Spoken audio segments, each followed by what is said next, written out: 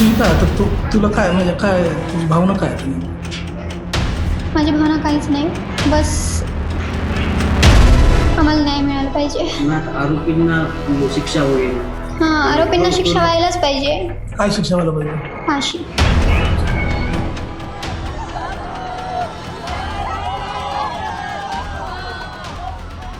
बरं तुझ्या वडिलांनी भावांनी सक्षमला मारलं, प्रेम कमी होणार आहे का? नाही, मी लग्न करेल सक्षमसोबत. माझ्या वडिलांना आणि भावाला फाशीची शिक्षा द्या अशी ही मुलगी मागणी करते. नांदेडच्या या घटनेनं महाराष्ट्र हादरलाय. प्रेम संबंधाला विरोध होता म्हणून मुलीच्या वडिलांनी आणि भावानं मिळून तिच्या प्रियकराची गोळ्यात झाडून हत्या केली आहे. त्यानंतर जे घडलं ते आणखी धक्कादायक, विचार करायला लावणारं, काळजात धस्स करणारं. आज नांदेड 25 वर्षाच्या एका मुलाच्या हत्येनं धक्क्यात आहे. आज महाराष्ट्र त्या 21 वर्षाच्या मुलीने तिचा प्रियकर गेल्यावर जे काही केलंय त्यानं स्तब्ध आहे.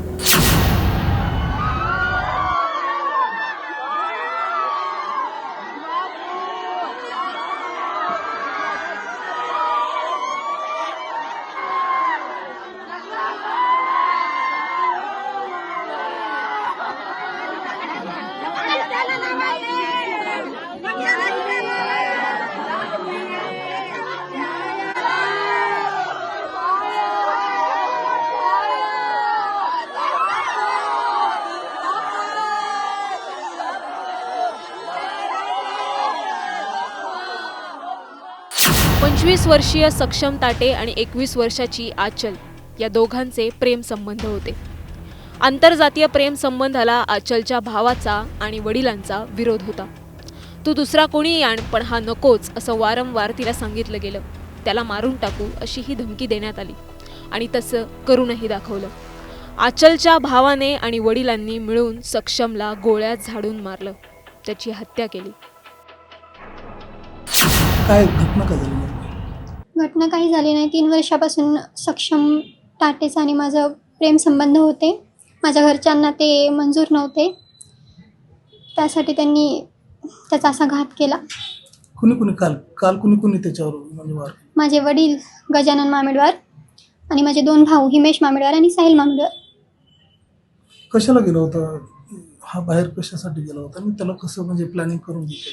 हे सक्षमवर MPD पडली होती, तर त्याने सुटून आल्यापासून माझ्या घरचे त्याचा गेम लावण्यावरच होते.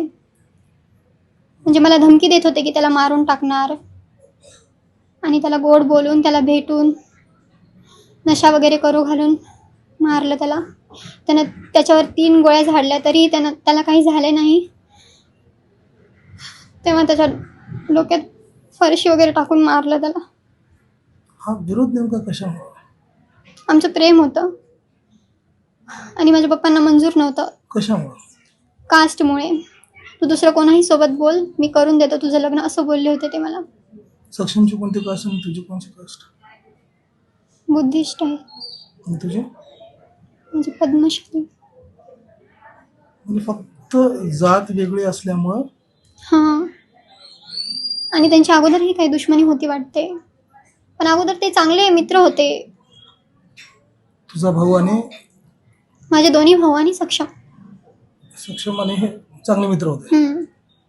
नंतर आमच्या प्रेम संबंधामुळे त्याला मारण्यात आले. सक्षमच्या हत्येची बातमी मिळताच आचल धावत त्याच्या घरी पोहोचली. त्याचं पार्थिव बघून तिनं टाहो फोडला. रडून जगाला सांगितलं की मी आता या पार्थिवासोबतच लग्न करणार. आणि आचलनं खरंच सक्षमच्या पार्थिवासोबत लग्न केलं.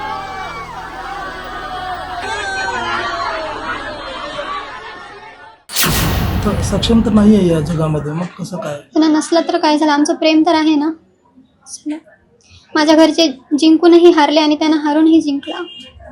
आणि मी त्याच्यासोबत लग्न करेल आता आणि त्याच्यासोबतच राहील हमेशा. आणि माझ्या मनाने राहील मी. माझ्यावर कोणाची जोर जबरदस्ती नाही, काहीच नाही. आणि माझं वय झालेलं आहे तर मी माझ्या मनाने निर्णय घेऊ शकते. मग आता पुढचं भविष्य तुझं इथेच राहायचं का कुठं? इथेच राहायचंय आणि सक्षमचीच बनून राहायचंय. पण इथले तुला मंजूर करतील काय ते? करतील. इथल्या घरच्यांचं काय म्हणणं आहे?